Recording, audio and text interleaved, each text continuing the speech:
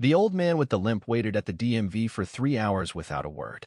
When his number was finally called, the young clerk barely glanced at him before waving him off. "Veteran status needs proof," she said, smirking at his tattered jacket. What she didn't know, what none of them knew, was that the jacket he wore once carried the coordinates to a crash site buried in a Cambodian jungle. Coordinates that saved 12 lives.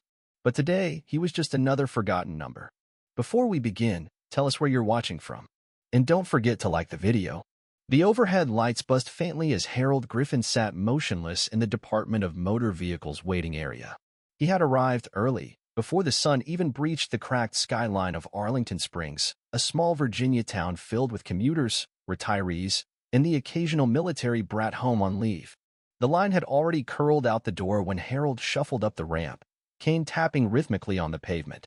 Nobody noticed him. He was just another tired old man in a long coat, khaki trousers 2 decades out of style, and boots worn at the heels. The fabric of his jacket was frayed at the cuffs, a faded name stitched over the heart, H. Griffin. But no one looked close enough to read it. Not today.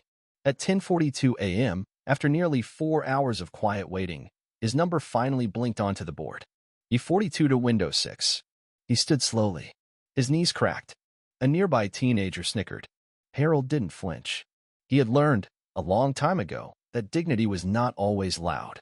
Window 6 was staffed by a young woman with acrylic nails and earbuds half-tucked under her regulation headset. She was scrolling through her phone when he approached. Without looking up, she snapped, "ID, paperwork, proof of veteran status if you're applying for that discount. Let's go." Harold placed his documents on the counter, a birth certificate, utility bill, expired Virginia license, and a military discharge paper folded with military precision. She unfolded it carelessly, eyes narrowing. "This is from 1971? "Yes, ma'am," Harold said softly. "This isn't valid anymore," she said, dropping it like it was contaminated. "If you want veteran status, you need something current, like a VA card. Digital. Not, whatever this is." "I served in Vietnam," Harold replied. "I was told this form would be enough." She rolled her eyes. "That's not how we do things anymore." Behind him, someone muttered, "Geez, just give it up, Grandpa." Harold turned slightly. A man in a leather vest and cargo shorts gave him a mocking thumbs up. Harold nodded once, then turned back. The clerk leaned forward. "Do you even have email?" No. "Then I guess you're not getting the discount." She stamped denied on his form and slid it back toward him. The stamp hit like a slap. Harold picked up his papers slowly, folded them, and placed them back into the folder. His fingers trembled slightly, not from anger, but from age, and maybe something else. As he turned to leave, the same teenager who had laughed earlier bumped his shoulder. "Hard. Maybe try coming back when you've got real ID, old man," he said. Harold didn't respond. He stepped outside into the sharp midday sun, sat on a bench, and waited. Not for anyone, just for the noise in his chest to quiet down, for the sting to settle. He reached into his coat pocket and pulled out a matchbox. Inside was a single dog tag. The name had worn down to barely a whisper, but he remembered it all, every second. The cafe across from the DMV had terrible coffee and no air conditioning, but Harold didn't mind. It was quiet, familiar, the kind of place where the chairs wobbled and the walls were lined with framed newspaper clippings no one read anymore. He sat at his usual table by the window, the one with the chipped corner and the crooked blinds. His cane rested against the booth, his hands wrapped around a lukewarm mug of decaf. The server, a teenage girl with a name tag that read Missy, walked past him 3 times before stopping. "You need anything else, sir?" she asked, eyes darting toward her phone as it buzzed in her apron pocket. "No, thank you," Harold replied. "I'm just collecting my thoughts." She gave a polite smile, the kind taught by managers, not mothers, and walked off before he could say more. He stared out the window, watched the DMV parking lot fill and empty again. His folder lay on the table, unopened. He knew what it said. He didn't need to see it again. Across the diner, 2 men in construction gear were laughing over something on a phone screen. One of them, broad-shouldered, shaved head, glanced at Harold and smirked. "That your grandpa?" he said to Missy as she passed, loud enough for Harold to hear. "Nope," she said without hesitation, not even looking over. "You sure? Dude looks like he's about to re-enlist. All that camo." The other one chuckled, mimicking a salute. "Sir, yes, sir." Harold said nothing. He had heard worse, but the air felt thicker now. the noise sharper, like a static hum in his bones. He reached into his jacket again, not for the dog tag, for something heavier. A folded map, faded, torn at the edges, marked in red ink with a line that twisted through a jungle terrain few in this town had ever seen, much less walked. It wasn't for nostalgia. He had never been sentimental about the war. But lately he had started wondering if anyone remembered. Not just the war. The names. The nights. The mission that never made it into the books because it wasn't supposed to happen. 12 men had gone down in a Huey near the Mekong. Only 6 came back. He carried the coordinates for the crash for 3 days, barefoot after losing his boots in the river, fevered and half-starved, until a patrol found him 2 clicks from a forward firebase. He never talked about it. But he never forgot. Missy returned, chewing gum now. "You gonna be okay, sir?" He looked up, surprised she asked. "Yes. Thank you," he said. She hesitated. "It's just, you looked kind of sad." He gave a slow nod. "Just thinking about a time when silence used to mean respect, not invisibility." Missy blinked. "You were in the war?" "Once," he said. She seemed unsure. "Like?" "Iraq." He smiled faintly. Further back. The 2 construction workers were still watching. One of them got up and approached the table. The shaved head guy. "Hey," he said. "You know, maybe if you wore something besides army crap, people wouldn't think you're trying too hard." Harold didn't answer. Just folded the map carefully and slipped it back into the inner pocket of his coat. "You deaf or something?" the man said louder. The cafe had gone quiet. Then Missy did something surprising. She stepped between them. "Leave him alone," she said. Firm. Nervous, but firm. The man scoffed. "What are you, his granddaughter now?" "No," she said. "But I have a father who served. And you don't talk to men like that." A beat passed. Then the man chuckled and walked back to his table. "Whatever. Just saying." Missy turned to Harold. "Some people suck," she said. He gave her a nod of gratitude. Said nothing. But something in him eased. Only slightly. From outside, the DMV line continued growing. And in his pocket, the dog tag pressed like a heartbeat. If this makes you angry, type respect in the comments. The folder sat unopened on Harold's nightstand that night. Next to it, an old rotary phone and a digital clock that blinked 12 o'clock, perpetually unset, like time had lost its grip on this room years ago. His apartment smelled faintly of cedar and metal polish. The walls were bare except for one photo, a black and white image of 6 young men kneeling in front of a helicopter, sleeves rolled up, dirt caked on their boots. One of them, Harold, much younger, had a cigarette behind his ear and a radio strapped to his back. The others were long gone. Some to old age.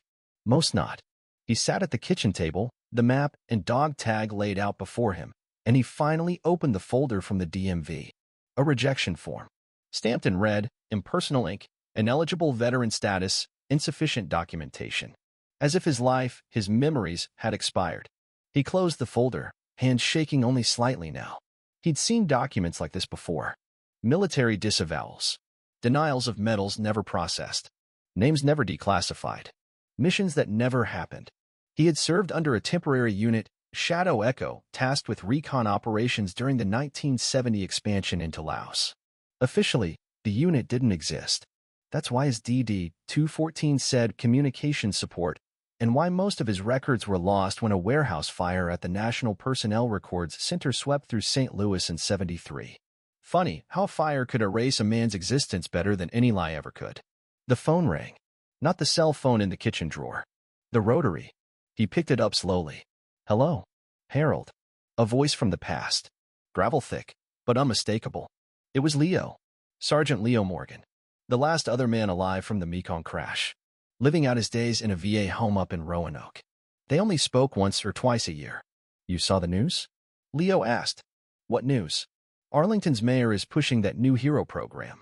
Discounts, banners, all of it. But only for documented veterans." Harold exhaled through his nose. "I know. I sent in my stuff," Leo continued. "Didn't qualify. Said I was missing identifiers." "You were with Shadow Echo," Harold said. Leo laughed bitterly. And apparently, Shadow Echo never existed. There was a pause. Long enough to feel like something was shifting in the air. "I'm thinking about speaking out," Leo said. "They won't listen," Harold replied. "They might if you were standing next to me." Harold closed his eyes.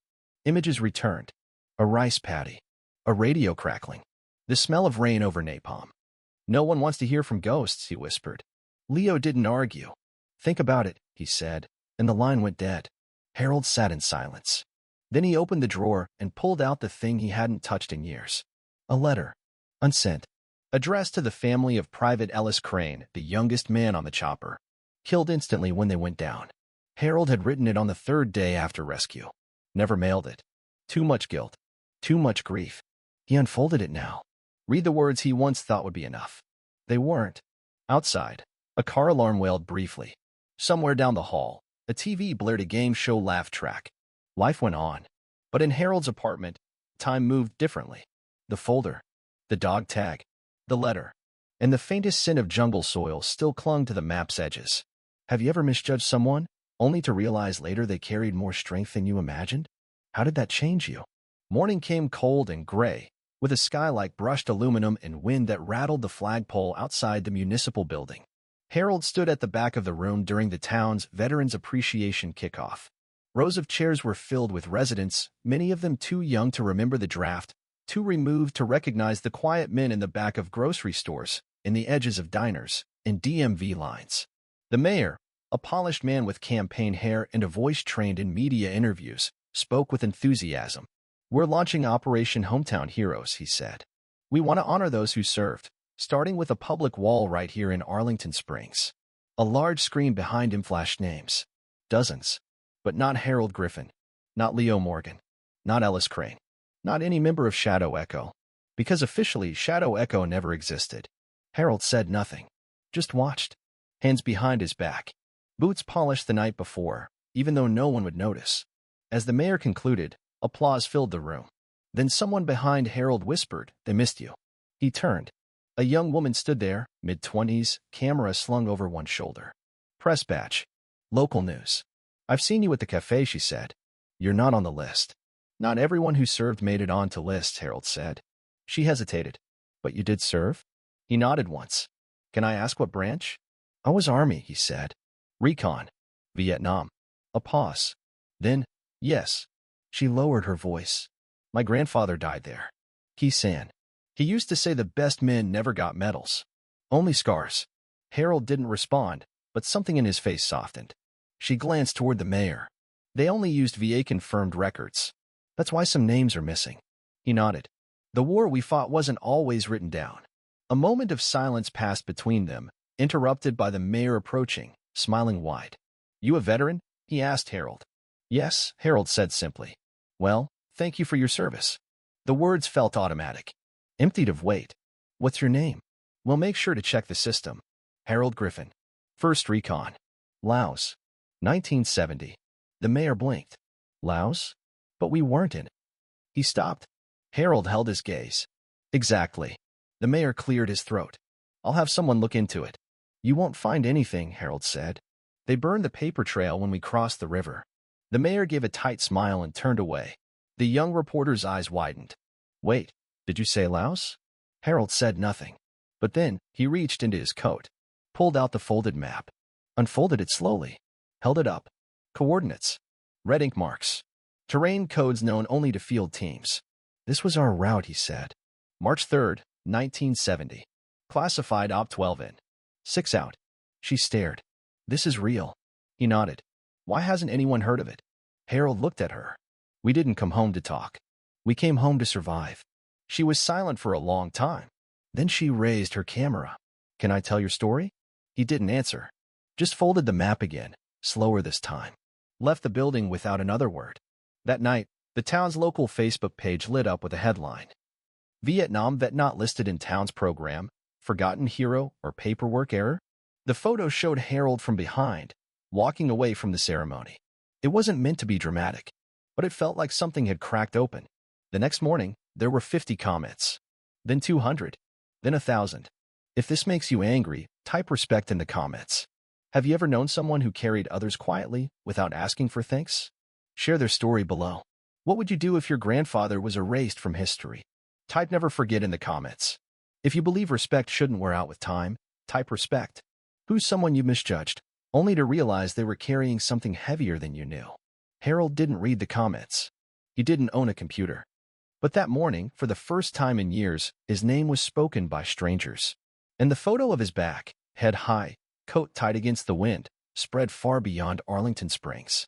By Monday morning, the mayor's office had received over 200 calls.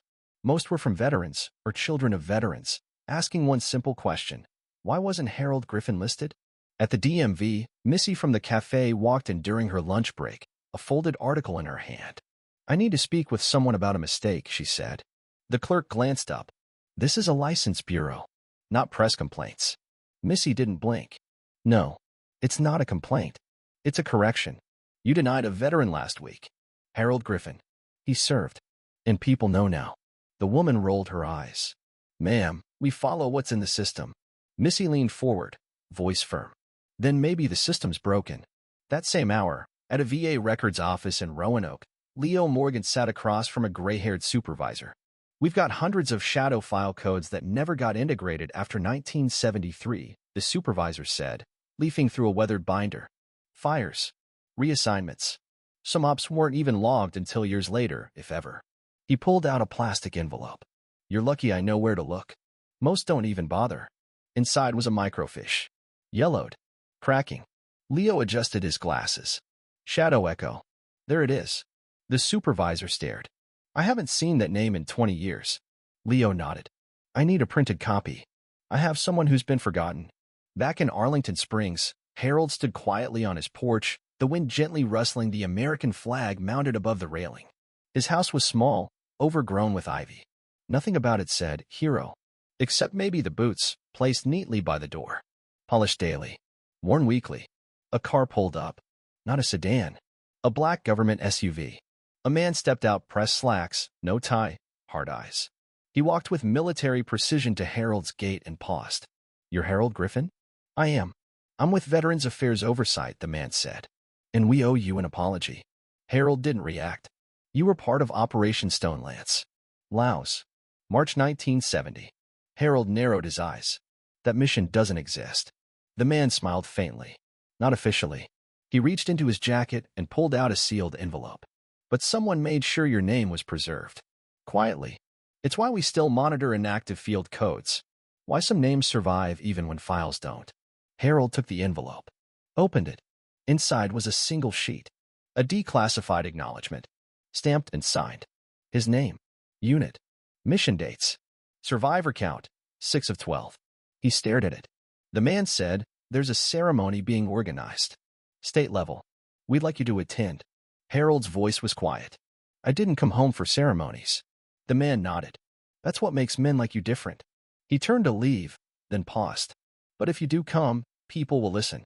That night, Harold sat at his table again, staring at the paper. He unfolded the map once more, placed the declassified paper beside it, dog tag above it. A triangle of memory. For a long time, he just sat there.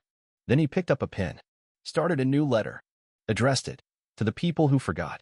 If it moved you to, type respect in the comments. Have you ever witnessed someone punished for an act of kindness? Leave their name in the comments. One name can keep light in this world. What moment in your life did justice arrive late but sweet? Tell us. If you believe those who sacrificed for others deserve to be honored every day, share this story. Because some heroes carry their medals in silence. Type never forget if you agree their honor should outlive the paper it's printed on. A week passed. The air grew colder. Leaves turned brittle and dropped in slow spirals across Harold's porch. But something had changed. First, the boy from the DMV, the one who bumped Harold's shoulder, showed up unexpectedly. He stood at the bottom of the porch steps, fidgeting. "I saw that article," he mumbled. "Didn't know. You were. I mean, you actually were there." Harold nodded once. The boy swallowed hard. "I was a jerk. I'm sorry." Harold didn't say anything for a moment. Then, quietly, "You weren't wrong. I did look like just another old man. But maybe next time, ask before you decide who someone is." The boy nodded. "Yeah, I will." Then he left. 2 days later, a letter arrived. Not official. Handwritten. From the daughter of Ellis Crane, the youngest soldier in their unit. She had seen the photo online, recognized the dog tag. Her family never knew what happened to Ellis. The military said the details were classified, but they always wondered. "I think you were with him when he died," she wrote. "If you ever feel like telling me what kind of man my father was, I'd like to know." Harold read it 5 times before setting it gently beside the folded map. He hadn't said Ellis's name out loud in decades. That night, he lit a single candle. Not for ceremony. Just memory. 3 more letters followed. Then a phone call from the VFW post he hadn't visited since 1989. A young commander there said, "We'd be honored if you joined us for Veterans Night." Harold hesitated. "I'm not really for speeches." "No speeches," the commander said. "Just stories. If you want to tell one." He agreed. And so, on a Friday evening, under the amber glow of flickering overheads and the faint scent of cigar smoke and old wood polish, Harold walked into the hall. The chatter dimmed. People turned. Some recognized his face from the photo online. Others didn't, but they all stood as he entered. He took a seat near the back. No uniform. Just that same jacket, the map folded in the inner pocket, and a pair of boots that had walked more than anyone guessed. When it was his turn, he walked slowly to the front. The microphone squeaked slightly as he adjusted it. "I'm not here to talk about medals," he said. "Or battles. I'm here to talk about memory." He reached into his jacket and held up the dog tag. This belonged to Private Ellis Crane. 19. Wanted to be a mechanic. Smiled too much. On March 3rd, 1970, he died trying to help someone else reach the evac line. He paused. I've carried his name longer than he ever got to live. Silence. Then, I don't need my name on a plaque. But I will say this. Don't forget the quiet ones. The ones whose stories weren't recorded. Some of us were erased before we even came home. He stepped away. People didn't clap. Not right away. Some just bowed their heads. Others wiped their eyes. It was enough. That night, someone carved a name onto the blank part of the VFW memorial wall. Not Harold's. Ellis Crane. In letters small but certain. If you believe quiet heroes deserve to be remembered, type respect in the comments. Have you ever known someone erased from history who shouldn't have been? Tell us their name below. If someone in your life made a sacrifice that no one saw, share it now. Even a name keeps the light alive. What would you do if your father's story was almost forgotten? Type never forget to honor them. Share this story if you believe not every hero wears a uniform in public. Some carry the past in silence. The morning of the state memorial ceremony came with a cold mist that curled through the streets of Arlington Springs like memory itself, dense, quiet, inescapable. A line of chairs had been set up along the courthouse steps, flanked by American flags and folding canopies. The local high school band rehearsed softly in the distance. Harold stood inside his bedroom, staring at the folded invitation on the dresser. Official honors ceremony. Guest of recognition, Harold Griffin. Unit, Shadow Echo, declassified, 2024. He had ironed his shirt, polished his boots until they reflected the brass of his belt buckle. But the jacket? That stayed the same. The old one. Frayed cuffs, worn lining, and the dog tag still in the pocket, like a heartbeat made of steel. At 9:45 a.m., the black SUV returned. Same driver. No words this time. Just a solemn nod. They arrived to a full crowd. Local news vans. Veterans from every generation. The mayor, humbled now, waited at the steps, flanked by the governor's aide and 3 uniformed officers. But what stopped Harold wasn't the crowd. It wasn't the flags or cameras or salutes. It was the wall behind the stage. Dozens of names had been freshly etched into the stone, including 6 that didn't appear a week ago. All from March 1970. All from Operation Stone Lance. Crane. Alvarez. Fulton. Deeks. Sampson. Riley. The lost. Now remembered. Harold's throat tightened, but he didn't let it show. He walked toward the wall, reached out, and placed a single gloved hand on Ellis Crane's name. Someone behind him snapped a photo. Not for press. For memory. He was ushered to the front row. Sat without fanfare. Eyes forward. The speeches began. The mayor's voice was different now, measured, respectful. He spoke of those who gave beyond measure and never asked for thanks. Of mistakes corrected too late, but corrected nonetheless. Then the governor's aide stepped forward. "Ladies and gentlemen," she said, "today we honor a man who served in silence. A man who carried the weight of lost comrades for more than 5 decades. Please welcome Harold Griffin." He didn't expect applause. He didn't want it. But when he stood, the entire square rose with him. Not a cheer. A silence. A standing silence. He approached the podium, unfolded a small sheet of paper, and looked out at the crowd. "My name is Harold Griffin," he began. "I served in a unit the Army didn't acknowledge until last year. We crossed borders we weren't supposed to cross. Saw things we weren't supposed to survive." He paused. "I've been told I should be proud. But I'm not proud because of battles. I'm proud because I came home with 6 names I never forgot. He held up the dog tag. This was Ellis's. He died helping me live. A beat passed. I carried that alone for a long time. But maybe I was wrong to carry it alone. He looked across the crowd. I didn't come here for medals. I came so no one else would be erased. Then, without waiting, he stepped away from the podium. The band didn't play.